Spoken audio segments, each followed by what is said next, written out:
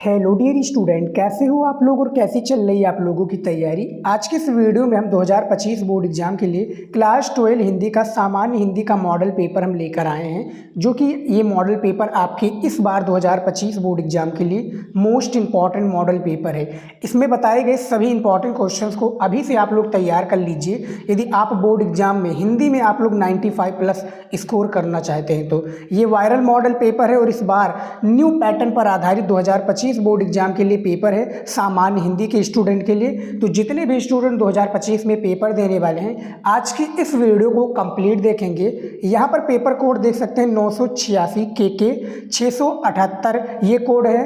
अनुक्रमांक आपका यहाँ पर रहेगा, नाम रहेगा। समय 3 घंटा 15 मिनट दिया जाता है। 3 घंटा पेपर को हल करने के लिए और 15 मिनट पेपर को यानी ये जो पेपर इसको पढ़ने के लिए दिया जाता है। पूर्णांक आपका 100 मार्क्स का यानी 100 नंबर का रहेगा, वो चाहे साहित्यिक हिंदी हो या सामान्य। सबसे पहले हम खंड जो का है इसी से सॉल्व करेंगे। 10 बहुविकल्पीय प्रश्न पूछा जाता है तो उन 10 बहुविकल्पीय प्रश्नों को चलिए हल कर लेते हैं। यहाँ पर देखिए सबसे पहला क्वेश्चन से प्रश्नोत्तर नंबर पहले का नंबर क्वेश्चन है कि गोरा बादल की कथा के लेखक हैं। तो जो गोरा बादल की कथा के लेखक हैं कौन हो जाएंगे। आपके 5 क्वेश्चंस गद्य से पूछे जाते हैं, ये आप सभी को भी पता होगा। तो पहले नंबर का राइट आंसर जो गोरा बादल की कथा है इनमें से जटमल हो जाएंगे, यानी बी वाला बिल्कुल करेक्ट आंसर हो जाएगा। अगला क्वेश्चन देखिए खा नंबर, देखिए पंडित प्रताप नारायण मिश्र द्वारा संपादित पत्रिका है। एक नंबर का क्वेश्चन से यहाँ पर आप लोग देख सकते हैं।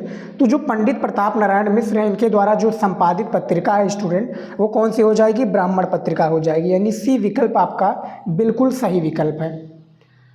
अगला क्वेश्चन देखिएगा नंबर कि माधुरी पत्रिका किस युग में प्रकाशित हुई थी। एक नंबर का क्वेश्चन है और आप लोगों को पर डे कम से कम क्या है 10 मिनट ऑब्जेक्टिव क्वेश्चन पर जरूर देना है, हिंदी के ऑब्जेक्टिव क्वेश्चन पर, क्योंकि आप लोग देख सकते हैं कि मॉडल पेपर में शुरुआत में ही बहुविकल्पीय प्रश्न पूछ लिया गया है। तो कितना ज़्यादा इंपॉर्टेंट है आपकी दृष्टि से और एग्जामिनर की दृष्टि से।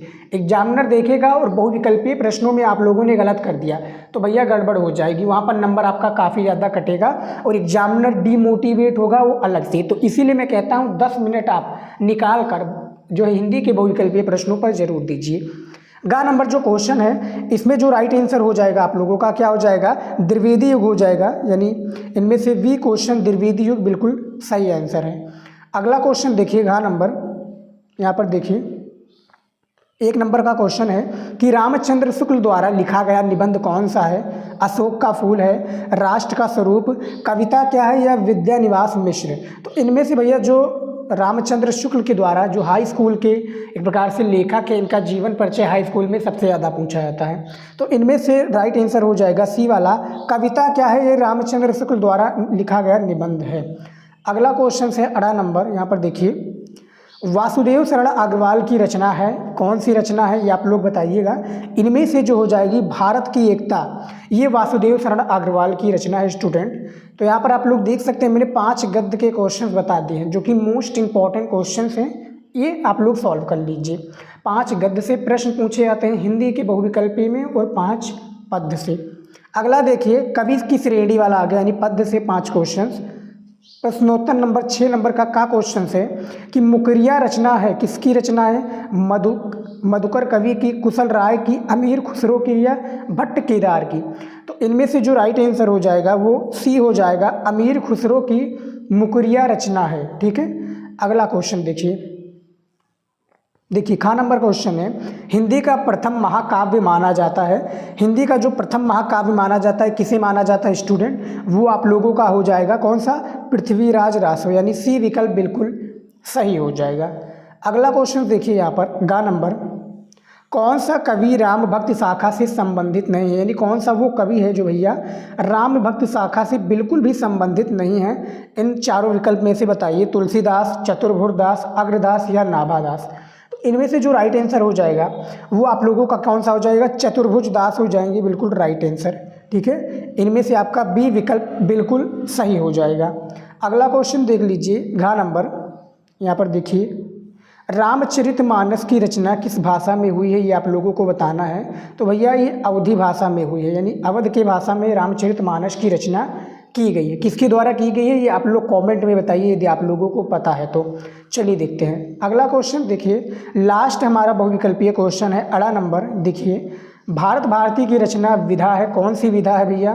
कहानी है, उपन्यास है, नाटक है या काव्य है? तो ये काव्य की श्रेणी में आ जाएगा। यानी जो भारत भारती रचना है मैथिली शरण गुप्त के द्वारा ये लिखा गया रचना है, जो कि भारत भारती मैथिली शरण गुप्त की रचना है। और रचना जो विधा है ये काव्य विधा है। ठीक है, तो ये हमारे क्वेश्चन थे जो कि मैंने आपको बता दिया 10 हिंदी के महत्वपूर्ण बहुविकल्पीय प्रश्न। अब हमारा आ चुका है यहाँ पर देखिए 3 नंबर क्वेश्चन में। देखिए कि दिए गए गद्यांश पर आधारित निम्नलिखित प्रश्न का उत्तर दीजिए। ठीक है, यानी गद्यांश दिए हुए इन्हीं के प्रश्नों का उत्तर देना है। यहाँ पर देख सकते हैं 10 नंबर का एक गद्यांश होता है, वो चाहे साहित्यिक हिंदी का हो या सामान्य हिंदी को। क्लास 12 में 10 नंबर का ही एक गद्यांश पूछा जाता है।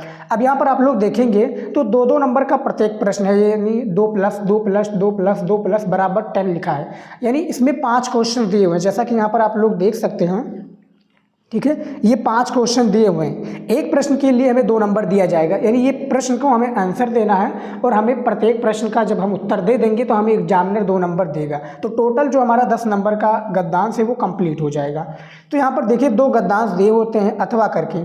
ठीक है, ये देख सकते हैं 2 गद्यांश दिए हुए हैं, दोनों में से किसी एक गद्यांश को आप लोगों को हल करना है, जो आप लोगों को आता हो, चैप्टर का नाम पता हो, जिसको आप रेखांकित अंश की व्याख्या कर सके, वही गद्यांश आप लोग कीजिएगा। जैसा कि ये जो लिखा हुआ है, देखिए मातृभूमि पर निवास करने वाले मनुष्य राष्ट्र का दूसरा अंग है। अब यहाँ पर हमें एक पॉइंट मिल गया राष्ट्र। तो भैया जो मातृभूमि और राष्ट्र, ठीक है, और स्वरूप पृथ्वी माता, ये सब किसका संकेत दे देते हैं? चैप्टर का नाम का। चैप्टर का क्या नाम है?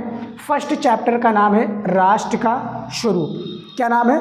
राष्ट्र का स्वरूप फर्स्ट चैप्टर है, जो कि वासुदेव शरण अग्रवाल के द्वारा लिखा गया ये चैप्टर है। तो हमें यहाँ पर जो पहला क्वेश्चन था इसका आंसर तो मिल गया है कि उपयुक्त गद्यांश के पाठ और लेखक का नाम लिखिए।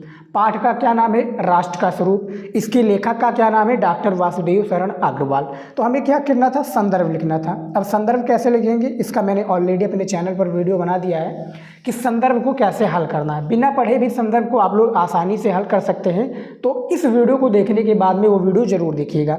ठीक है, अब यहाँ पर देखिए रेखांकित अंश की व्याख्या कीजिए। जैसे यहाँ पर लिखा हुआ है ना, लाइन खींची हुई है कि पृथ्वी माता है और जन सच्चे अर्थों में पृथ्वी के पुत्र हैं। तो यहीं तक जो लेखक हैं वासुदेव शरण अग्रवाल जी ने इसका अर्थ बताया है। तो आप लोगों को भी इसका रेखांकित अंश का अर्थ बता देना है कि क्या होता है इसका मीनिंग। ठीक है, बाकी के जो 3 क्वेश्चंस होते हैं कि राष्ट्र का कल्पना कब असंभव है, पृथ्वी और जन दोनों मिलकर क्या बनते हैं या बनाते हैं, पृथ्वी कब मातृभूमि की संज्ञा प्राप्त करती है। तो इसका जो आंसर है आप लोगों को स्टूडेंट कहाँ पर मिलेगा? इसी गद्यांश में मिल जाएगा। आप लोग बाकायदा इसका आंसर देख सकते हैं, नहीं तो आप लोग गद्यांश जो हमने वीडियो बनाया कि गद्यांश कैसे हल करना है वो वीडियो भी देख लेंगे तो आपका 10 नंबर कोई भी नहीं काट सकता, ये गारंटी है स्टूडेंट। अब बात कर लेते हैं अथवा वाला का। मान लीजिए कि ऊपर वाला राष्ट्र के स्वरूप वाला आपको नहीं आता है, तब आप ये वाला कर लीजिएगा, जो कि इसका क्या नाम है? भाषा और आधुनिकता। ये जो चैप्टर से लिया गया गद्यांश है आपका भाषा और आधुनिकता चैप्टर से लिया गया है, यहाँ पर देख सकते हैं। और इसके जो लेखक हो जाएंगे वो प्रोफेसर जी सुंदर रेड्डी हो जाएंगे। तो उपयुक्त गद्यांश की पाठ, गद्यांश का संदर्भ हमें लिखना था, यानी पाठ और लेखक का नाम। तो सेम प्रोसेस से 5 क्वेश्चन इसमें भी पूछे जाएंगे, 5 प्रश्न इसमें भी पूछे जाएंगे। आपको 5 प्रश्न का उत्तर देना, फालतू चीज़ें मत करना है। ठीक है, 5 क्वेश्चन का आप उत्तर दे देंगे तो आपके लिए कंपलसरी होगा। देखिए इसमें 2 क्वेश्चन जो होते हैं स्टूडेंट वो कंपलसरी होते हैं। एक आपका रेखांकित अंश की व्याख्या, दूसरा उपयुक्त गद्यांश के पाठ और लेखक का नाम। अब ये गद्यांश में नहीं बल्कि पद्यांश में भी ये दोनों क्वेश्चंस कंपलसरी है, दोनों में पूछे जाते हैं चैप्टर का नाम और रेखांकित अंश की व्याख्या। तो हमने बता दिया कि कैसे आप लोगों को हल करना है। रेखांकित अंश की व्याख्या कर दीजिए, जो यहाँ से लेकर यहाँ तक लाइनें खींची है, इसका आपको मीनिंग बता देना है, अर्थ बता देना है हिंदी में। बाकी के जो 3 क्वेश्चंस होते हैं इसका आंसर इसी गद्यांश में मिलेगा, आप लोग आराम से देखकर लिख लीजिएगा। ठीक है, चैप्टर बहुत ज़्यादा इंपॉर्टेंट है, भाषा और आधुनिकता और राष्ट्र के स्वरूप। इस बार पक्का है, इससे गद्यांश आपका बोर्ड एग्जाम में पूछे जाएंगे। अगला देखिए 4 नंबर।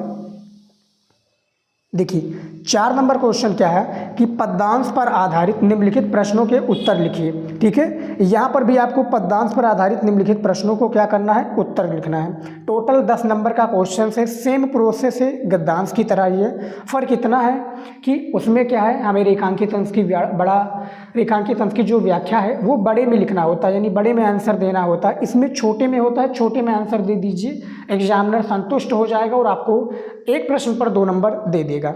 ठीक है, इसमें भी आपके पद्यांश में भी अथवा दिए होते हैं, दोनों में से किसी एक को करना होता है। जैसे कि ये वाला आप लोग कर लीजिएगा, जिसके जो कवि हैं वो कौन सा है, केकई का अनुताप। केकई का जो अनुताप चैप्टर से लिया गया है, इसके जो कवि हैं वो मैथिली शरण गुप्त जी हैं। ठीक है, बस आपको चैप्टर पहचानना है और इसके कवि का नाम, आपके लिए 2 नंबर पाना बहुत ही ईजी हो जाएगा। अब अगला क्वेश्चन जो दिया हुआ है यहाँ पर देखिए, रेखांकित अंश की व्याख्या कीजिए। यानी ये जो रेखा खींची हुई है, क्या खींची हुई कि वह चंद्रलोक था, कहाँ चांदनी वैसी, प्रभु बोले गिरा गंभीर निधि जैसी। ठीक है, तो इसका मुझे अर्थ बताना है, आप लोगों को अर्थ बताना है बोर्ड एग्जाम में कि मैथिली शरण गुप्त इन दोनों लाइनों का अर्थ क्या बताए हुए हैं। बाकी का जो 3 क्वेश्चन है इसका आप लोग आंसर दे दीजिए, आपका 10 नंबर कंप्लीट हो जाएगा। तो केकई का अनुताप जो कि चैप्टर काफ़ी ज़्यादा इंपॉर्टेंट है, तैयार कर लीजिएगा। अथवा करके ये वाला लिखा है जो कि श्रद्धा मनु चैप्टर से लिया गया है। ठीक है, किससे लिया गया है, श्रद्धा मनु, जिसके कवि का हमें बताने की आवश्यकता नहीं है, जयशंकर प्रसाद जी हैं। ठीक है, जयशंकर प्रसाद जी इसके कवि हो जाएंगे, पद्यांश के कवि हो जाएंगे। ठीक है, तो यहाँ पर रेखांकित अंश की व्याख्या बता दीजिए और पद्यांश और कवि का नाम बता दीजिए, आपका 4 नंबर तो यहीं पर कंफर्म। बाकी के जो 3 क्वेश्चन होते हैं स्टूडेंट, आपको करना क्या है, इन तीनों क्वेश्चन का इन्हीं पद्यांश में से देखकर आप लोगों को क्या कर देना है, हल कर लेना है। पद्यांश के सारे प्रश्नों का आंसर दे दीजिए, 10 नंबर कंप्लीट हो जाएगा। तो आप लोगों को पद्यांश कैसे हल करना, इस पर भी मैंने ऑलरेडी वीडियो अपने चैनल पर बना रखा है, जाकर जरूर देख लीजिएगा। अगला क्वेश्चन देखिए 5 नंबर का नंबर क्वेश्चन है कि निम्नलिखित में से किसी एक लेखक का साहित्यिक परिचय देते हुए उनकी प्रमुख रचनाओं का उल्लेख कीजिए। यानी किसी एक लेखक का आपको साहित्यिक परिचय देना है और उनकी प्रमुख रचनाएं बता देना है। 3 नंबर आपको साहित्यिक परिचय पर दिया जाएगा और 2 नंबर उनकी रचनाएं पर दिया जाएगा।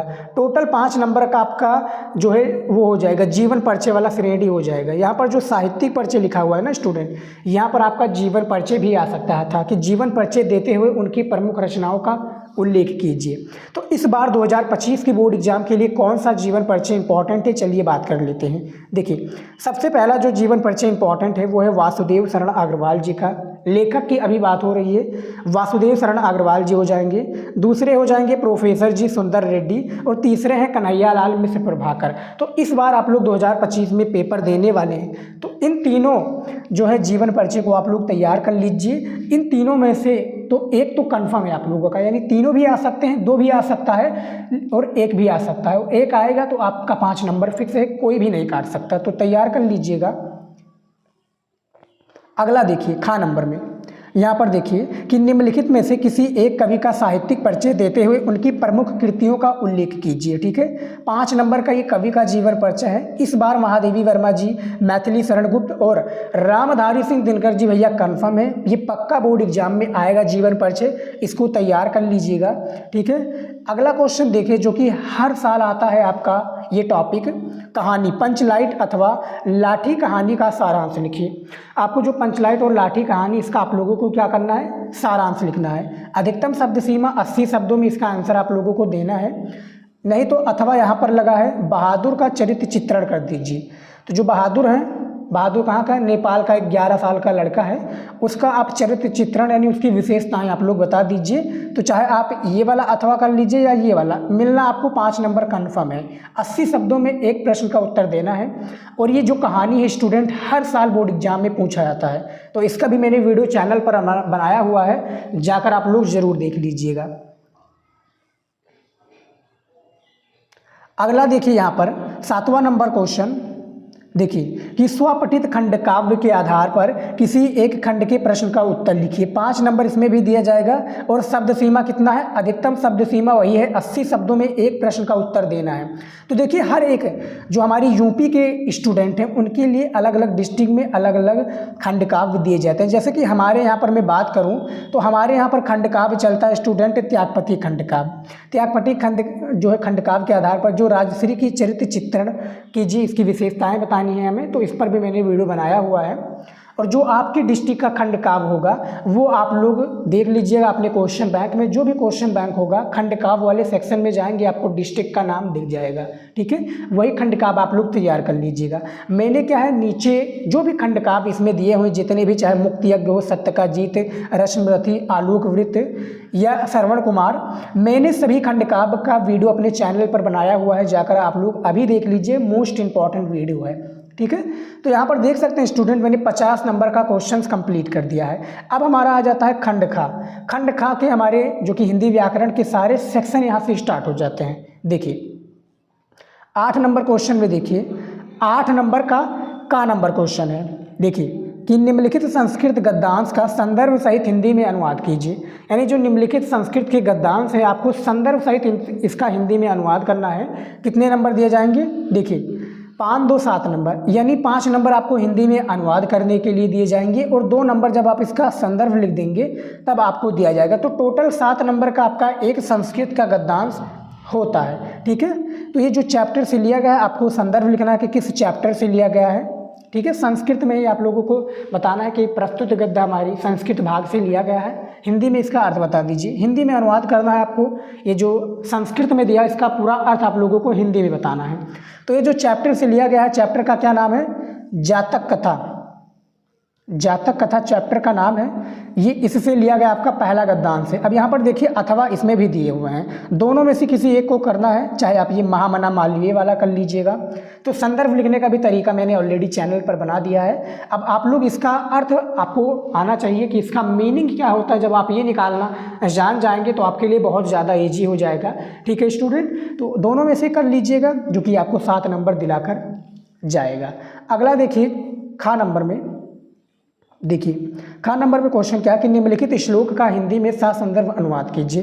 यानी निम्नलिखित जो श्लोक है, जिस तरह से हिंदी में पद्यांश होता था ये श्लोक है, यानी पद्यांश कह लीजिए या इसको श्लोक कर लीजिए, लेकिन संस्कृत का। देखिए नामारोचितो भद्रवा उल्लुक विसेचनम अकुदृश्य मुख्य पश्य कथ कुद्रो भविष्यत, ठीक है। तो ये दोनों में से अथवा लगा है, चाहे आप ये वाला कर लीजिए चाहे ये वाला।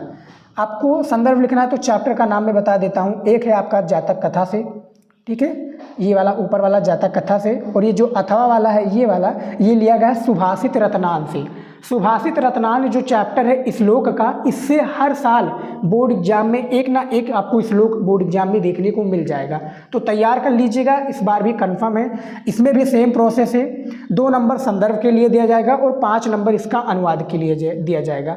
इसका पूरा अर्थ बता दीजिए, 5 नंबर अपना बटोर लीजिए, ठीक है। तो आप लोग तैयार कर लीजिएगा। अगला देखिए 9 नंबर क्वेश्चन में। देखिए 9 नंबर क्वेश्चन है कि निम्नलिखित मुहावरे और लोकोक्तियां में किसी एक का अर्थ लिखकर अपनी वाक्य में प्रयोग कीजिए। यानी इनमें से क्या है, किसी एक का हमें अर्थ बताना है, जिसके लिए हमें 2 नंबर दिया जाएगा। अब करना क्या है स्टूडेंट, यहाँ पर देखिए हमें क्या करना है, वाक्य प्रयोग करना है। सबसे पहले देखिए, जैसे मैं इन चारों में से कोई एक कर आपको दिखा देता हूँ। कौन सा मैं करके दिखा देता हूँ, मैं आपको करके दिखा देता हूँ ये वाला, ईद का चांद होना, यानी गा नंबर। ईद का चांद का अर्थ क्या होता है, यानी अधिक दिनों में, क्या है, अधिक दिनों में दिखाई न देना, या अधिक दिनों में दिखाई न देना, ये आपका है ईद का चांद होना, एक अर्थ हो गया। अब हमें क्या करना है, वाक्य प्रयोग करना है। ऐसे हम लिखेंगे वाक्य प्रयोग। उसके बाद में क्या कर देंगे हम, वाक्य प्रयोग करने के बाद में इसके आगे हम क्या लिखेंगे। अब देखिए इसका अर्थ क्या होगा, ईद का चांद होने का अर्थ निकलेगा कि भाई विपिन, यानी भाई विपिन हो सकता है कोई भी, भाई विपिन जब से तुम इंजीनियर बने हो ईद का चांद हो गया है, ठीक है। तो ये इसका अर्थ हो गया लोकोक्तियाँ का। तो इन चारों में से आपको किसी एक को करना होता है, जो आप लोग आता होगा जो आपको कर लीजिएगा, 2 नंबर अपना बटोर लीजिएगा, ठीक है। अब चलिए देख लेते हैं अगला क्वेश्चन 10 नंबर। देखिए, आपठित गद्यांश पर आधारित निम्नलिखित प्रश्न का उत्तर दीजिए। यहाँ पर क्या है, गद्यांश दिया हुआ, इनमें से किसी एक प्रश्न का आप लोगों को क्या देना है। इनमें से जो प्रश्न दिए, 3 प्रश्न दिए जाते हैं और ये 5 नंबर का गद्यांश होता है। जैसे यहाँ पर देख सकते हैं कि स्वतंत्र भारत में दुर्गा भाभी का सम्मान किस प्रकार किया गया, 1 नंबर का ये क्वेश्चन है। दूसरा क्वेश्चन है कि स्वाधीनता संग्राम में भाग लेने का लक्ष्य क्या था, 2 नंबर का क्वेश्चन है। तीसरा क्वेश्चन है दुर्गा को सम्मान में जो धन भेद किया गया, जो सम्मान में धन भेद किया था उसे किस हेतु प्रयोग करने के लिए लौटा दिया गया, या लौटा दिया गया, इसके बारे में बताना है। तो 2 नंबर का ये क्वेश्चन है। टोटल 3 क्वेश्चन होता है और 5 नंबर का ये आपठित गद्यांश आप लोगों का बोर्ड एग्जाम में पूछा जाता है। इसमें भी 2 आपठित गद्यांश होते हैं, दोनों में से किसी एक को करना है। अब ये कैसे करेंगे, यानी आप लोगों को करना क्या है, ये जो आपका आपठित गद्यांश दिया हुआ है इसको आप पढ़ लीजिए और इन तीनों क्वेश्चन का आंसर आपको इसी में मिलेगा। ठीक है, ये जो 3 क्वेश्चन है इसका आंसर इसी में देखने को आपको मिल जाएगा। फिर इन तीनों क्वेश्चन का आंसर आप लोग कॉपी में स्टेप बाय स्टेप लिख दीजिएगा। सेम एक आपका गद्यांश का होता है, एक आपका पद्यांश का होता है। तो दोनों में से किसी एक को करना है, जिसके लिए 5 नंबर दिया जाएगा। 3 प्रश्न का उत्तर दे दीजिए। ठीक है, अब देखिए अगला क्वेश्चन 11 नंबर।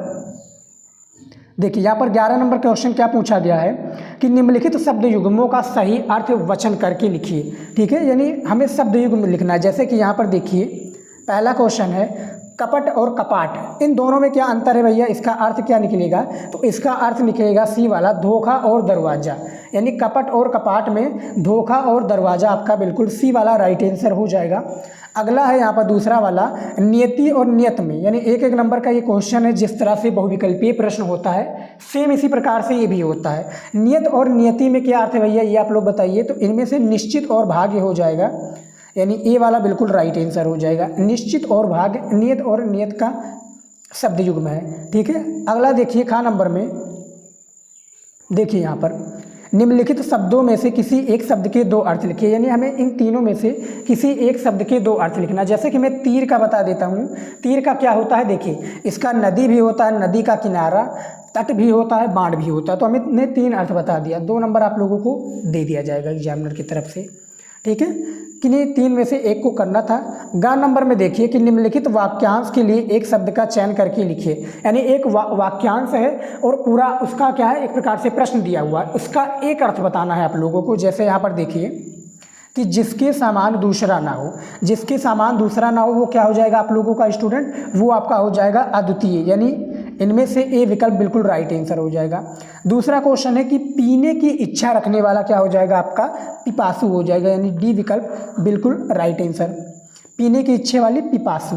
ठीक है, तो ये हमारा वाक्यांश हो गया। 1-1 नंबर का ये भी क्वेश्चन पूछा जाता है। उसके बाद में देखिए यहाँ पर घ नंबर क्वेश्चन, देखिए कि निम्नलिखित में से किन्हीं 2 वाक्य को शुद्ध करके लिखिए। हमें किन्हीं 2 वाक्य को शुद्ध करके लिखना है, जिसके लिए हमें एक वाक्य को शुद्ध करने के लिए 1 नंबर दिया जाएगा। जैसा कि यहाँ पर देखिए कि मैं लड़की को पढ़ाया हूँ। अब यहाँ पर क्या हो जाएगा, इसका शुद्ध वाक्य क्या हो जाएगा कि मैंने क्या, या मैं, यहाँ पर देखिए मैं है, ये सही है, तो मैं इस तरह से लिख दूंगा, मैं लड़की को पढ़ाता हूँ। यहाँ पर पढ़ाया हूँ नहीं, पढ़ाता हूँ, ये शुद्ध हो जाएगा। मुझे भारी दुख हुआ। ठीक है, मैं झूठ बोला, डाल पर चिड़िया बैठी, तो ये वाला भी मैं करके दिखा देता हूँ। डाल पर चिड़िया बैठी है, डाल में चिड़िया नहीं, डाल पर चिड़िया बैठी हुई है। ठीक है, तो ये भी शुद्ध हो गया।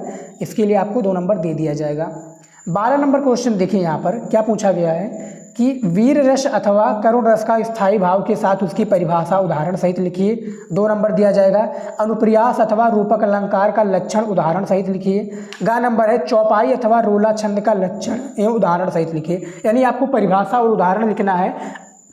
अथवा करके दिया हुआ है, चाहे वीर रस का कर लीजिए, करुण का, अनुप्रियास का, या रूपक का, चौपाई का अथवा रोला का, किन्हीं एक को करना, जिसके लिए एक परिभाषा का नंबर दिया जाएगा और एक उदाहरण के लिए आपको नंबर, यानी टोटल 2 नंबर आपका कंफर्म हो जाएगा। ठीक है, तो इन जो हमारा रस छंद अलंकार है, इस पर मैंने एक डेडिकेटेड वीडियो चैनल पर बनाया हुआ है, जाकर आप लोग जरूर देख लीजिएगा।